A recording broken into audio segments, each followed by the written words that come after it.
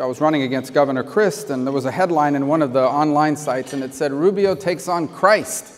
They misspelled it. I said, that's a bad look. We got to get that changed. So, talk about fake news.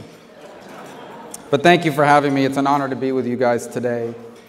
So, what I thought I'd do is point us back to 7 decades ago, when the United States emerged from the Second World War as an optimistic nation, optimistic about the future, confident of what we could achieve.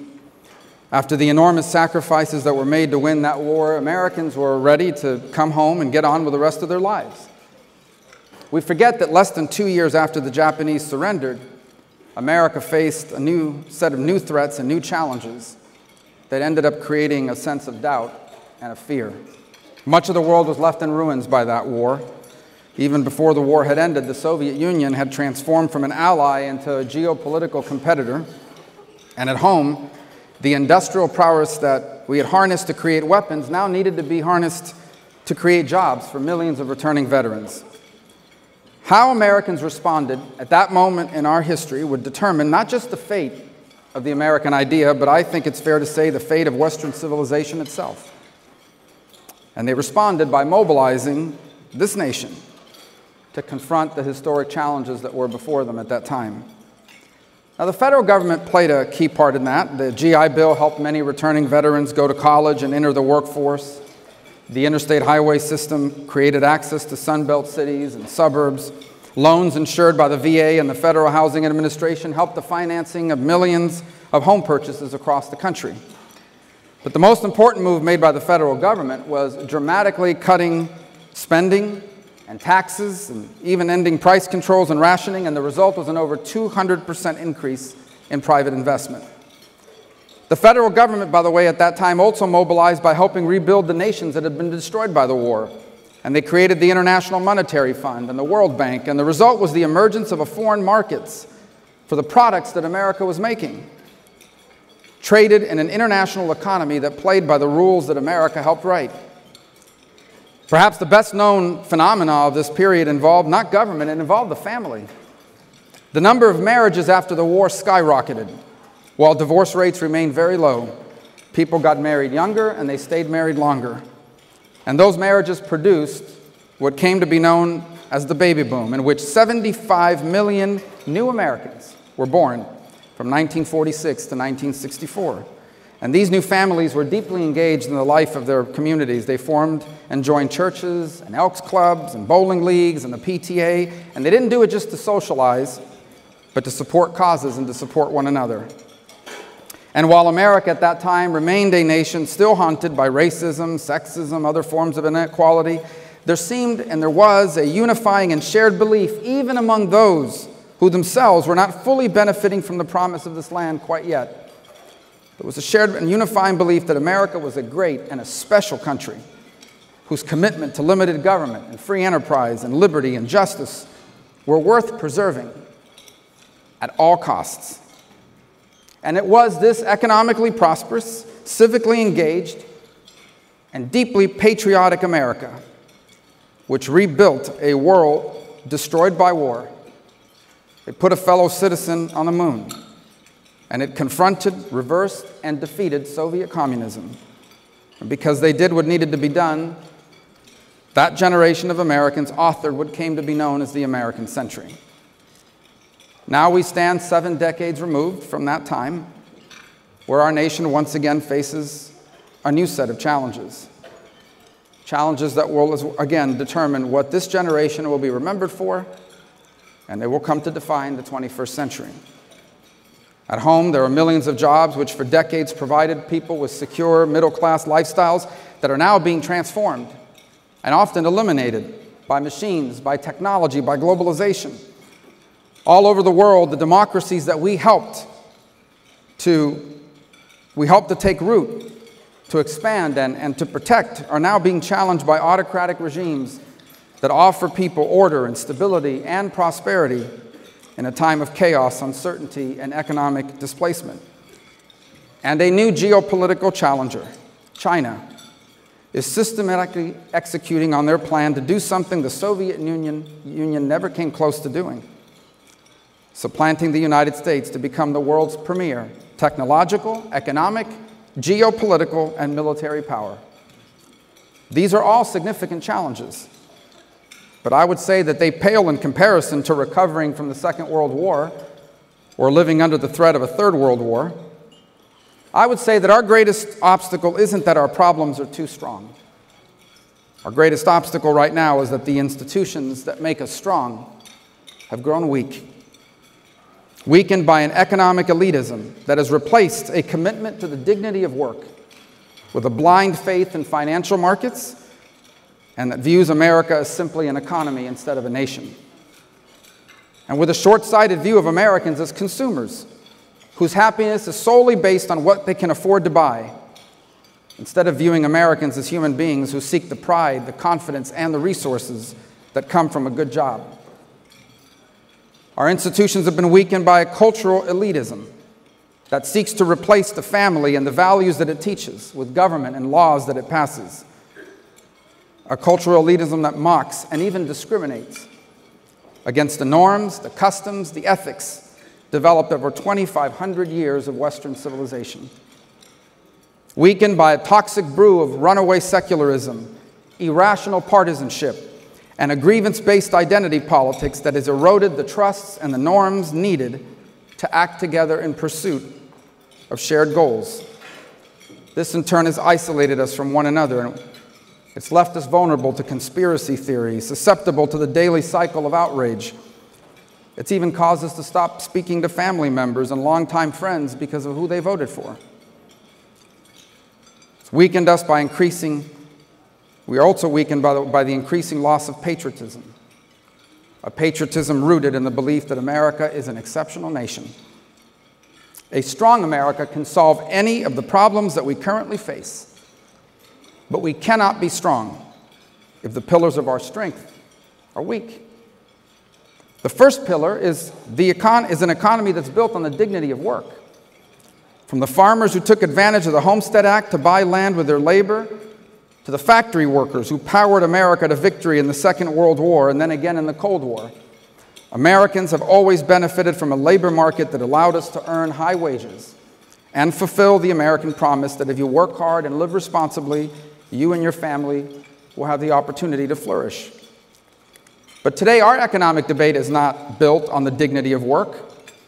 Our economic debate is built on a valueless financial self-interest and on a view of Americans as simply consumers. And there are immense consequences to this view. When right and wrong is based entirely and solely on profitability, then there is nothing immoral about shipping jobs overseas or surrendering key American technology and innovation to China. When happiness is measured solely by how much someone can afford to buy, then a check from the government is viewed just as good as a good job. I saw the devastating impact of this kind of thinking firsthand during my campaign for president. I saw it in the factory towns, hollowed out by the companies who shipped those jobs overseas to turn a bigger profit, and where the dignity of work has been replaced by food stamps and disability checks and opioids. In order to make America strong, we must restore the dignity of work as our primary economic goal.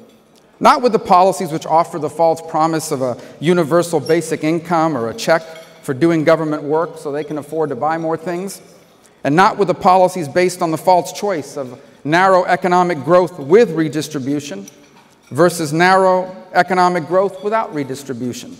Instead, we need policies that view Americans as human beings who cannot flourish without the sense of accomplishment and pride and sufficiency that comes with a good-paying job. Policies built on the realization that our people need real and productive jobs, jobs that allow them to pour themselves into a task, turn their efforts into productivity, and allow them to use that productivity to invest in themselves, their family, and their communities. Creating these kinds of jobs here will require us to make sure we lead the world in making advanced goods and technologies, which is why, by the way, we cannot allow China to continue to cheat and to steal their way into a position of dominance in these industries.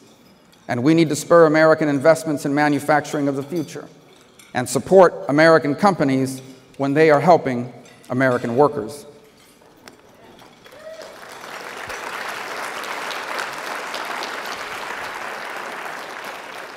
The second equal pillar of our strength is the family. Indeed, it is the central institution in any society. It has been through strong families that America has passed down our values: love, work ethic, the work ethic, the traditions. Sadly, you do not need to run for president to see the state of the American family. In the 1950s, fewer than 5% of children in this nation were born outside of a marriage. Today, the number is over 40% of the children born in America. And adding to this, too many families are being constantly buffeted by economic pressures that discourage family life and by social engineering that seeks to replace family life. And this is why we need both policies and we need a culture that will value and support the family the way the Faith and Freedom Coalition supports the family. It is,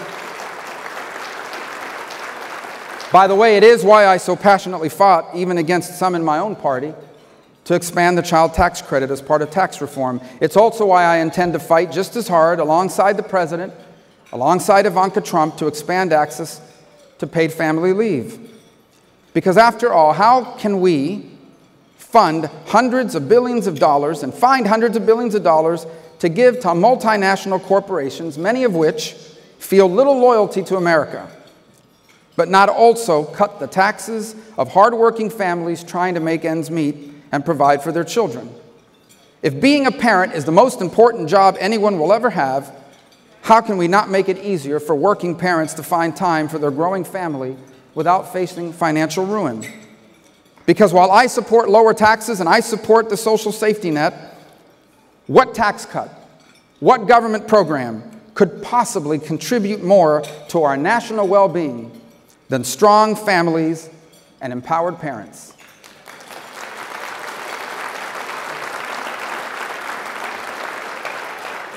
The third pillar of our strength is the ability to work together in community. Our churches, neighborhoods, schools, sports leagues, especially when my son's youth football team beats the neighbors' teams, these are the spaces where each of us live the bulk of our lives. They are where we give and receive love and strength from the people we know best.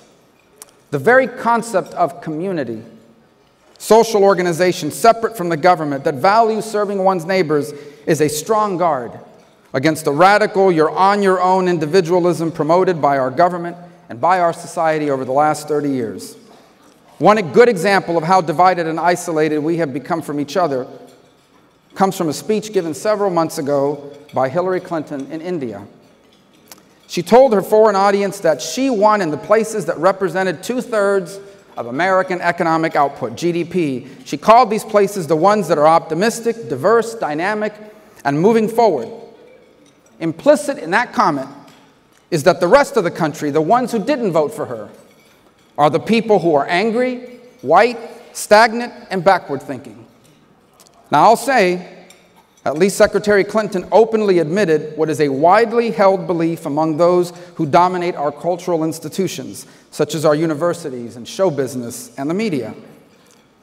But it would be unfair to claim that this isolation and division is only driven from the left. There are many people in positions of influence and authority in finance and business and politics who also subscribe to this flawed logic that being wealthy and being good are the same thing.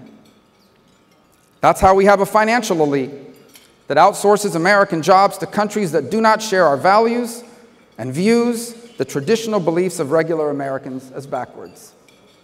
That's how we have multinational corporations who have no problem chasing a profit in a repressive communist dictatorship like China, but they won't do business in the state of North Carolina.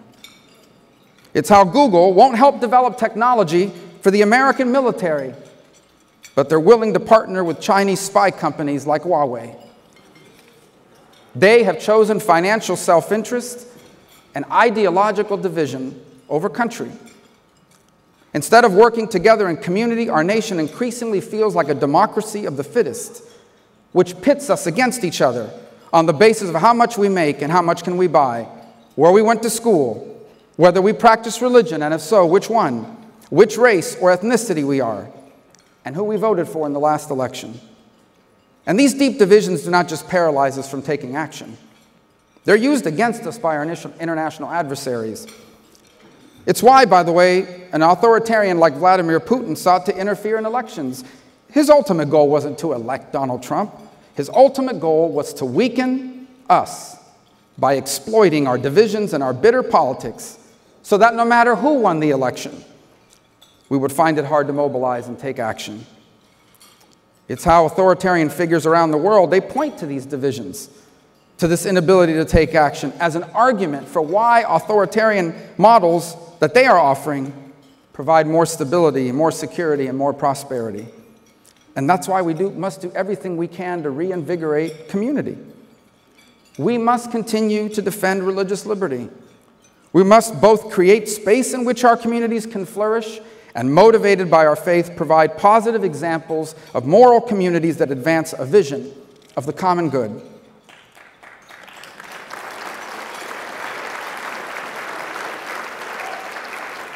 We should continue to support the conscious rights of various faiths and creeds against unlawful infringement.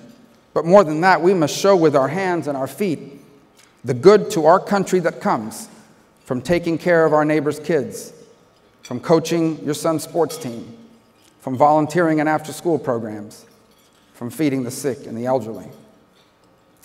The final pillar of our strength is the belief that doing all of this is worth it, because America is a special country. Believing that America is a special country does not require us to ignore the sins of our past. On the contrary, I would say that how we overcame those sins is a testament to how special our nation truly is. And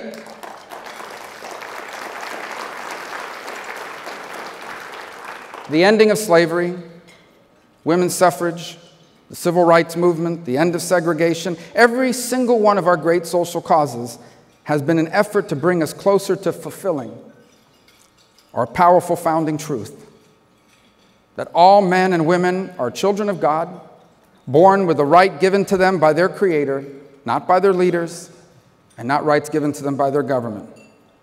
This is what, by the way, what made the American Revolution so unique. It was a revolution that sought not to establish a home for a people bound together by a common blood or a common soil. It sought, rather, to establish a home for a people united in a quest to protect and preserve our God-given rights.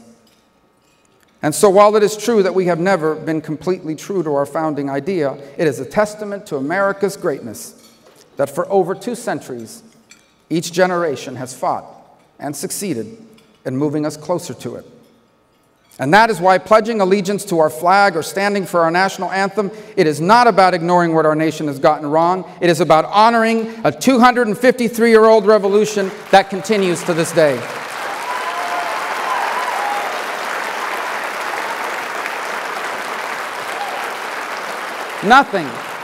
Nothing is more American than the belief. Nothing is more American than the belief that all men are created equal.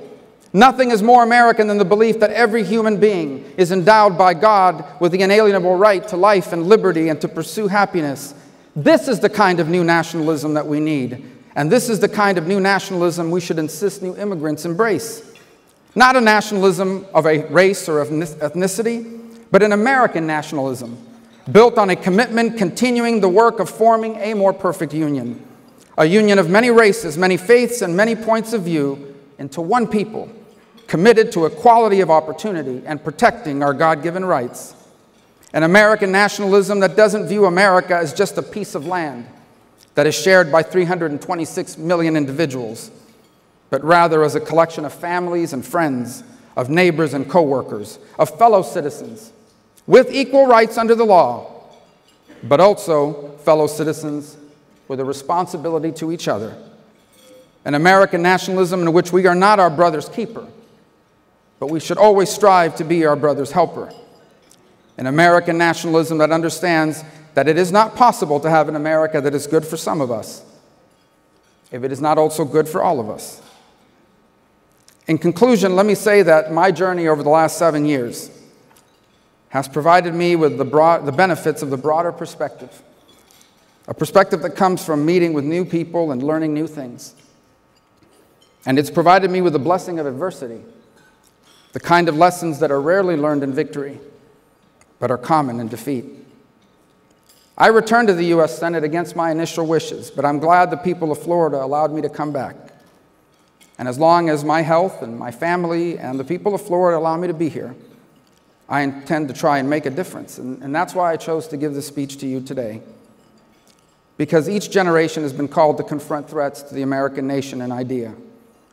And I believe with all my heart that now it is our turn to do the same. I believe that despite our divisions and dysfunction, I'm convinced that somehow, some way, at some point, we're going to do this as well.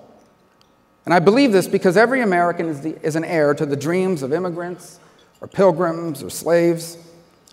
Literally, in our veins runs the blood of people who left behind an old world for the new one. In our veins runs the blood of slaves driven by the belief that one day we shall overcome. Of the men and women who overcame great obstacles because inside of them was the burning desire to live the life God created them to live. It is literally in our DNA to confront great challenges and to do great things against great odds. This is what we have done for over 2 centuries. And this is what we are called to do once again. We are blessed with the liberty to debate and argue and vote on the best way to preserve and nurture the God-given rights of all people. And we should do so with all the passion and the energy that this powerful truth merits. But we can never lose sight of the fact that no matter how angry we may get at one another, none of us is going anywhere. And therefore, just as we have to do in our own families, where there are those with whom we will never agree on many things, because we must live together, if something is important to them, it must become important to us. This is not an unrealistic idealism. It's not the platitudes of someone seeking to be all things to all people. This is the pure reality that sooner or later, we will confront the stark truth that unless we figure out a way to solve our problems by working with the people with whom we do not agree, we will all pay a terrible price. And what would that terrible price be? It would be that our children will inherit a nation in which dignified work is available only to a few. It will be that our children will inherit a democracy that is an island in an ocean of tyranny. And it will be that our children will live in a world dominated by China, where they will have to depend on them for the latest medical advances in technology, and where privacy and free speech and religious liberty and human rights are no longer protected. Because China, the world's most powerful country at that point, is a serial violator of each one of these things. And if God forbid that day should ever come, it will have been because those of us here now allowed it to happen. Therefore, that day must never come. We cannot, we will not be the first generation that failed to leave their children better off than themselves. Each generation before us was called to the task of preserving and passing on to the next an America better than the one they inherited. And now our time has come to leave behind the trivial and confront the challenges and embrace the opportunities of our time, so that when our children write our story, they will say that like each generation before, we too lived in a time of great uncertainty. And we did not falter. We did what needed to be done. We authored in a new American century and left for our children what our parents left for us: a more perfect union and the single greatest nation in the history of all of mankind. So thank you for having me today. God bless all of you. Thank you.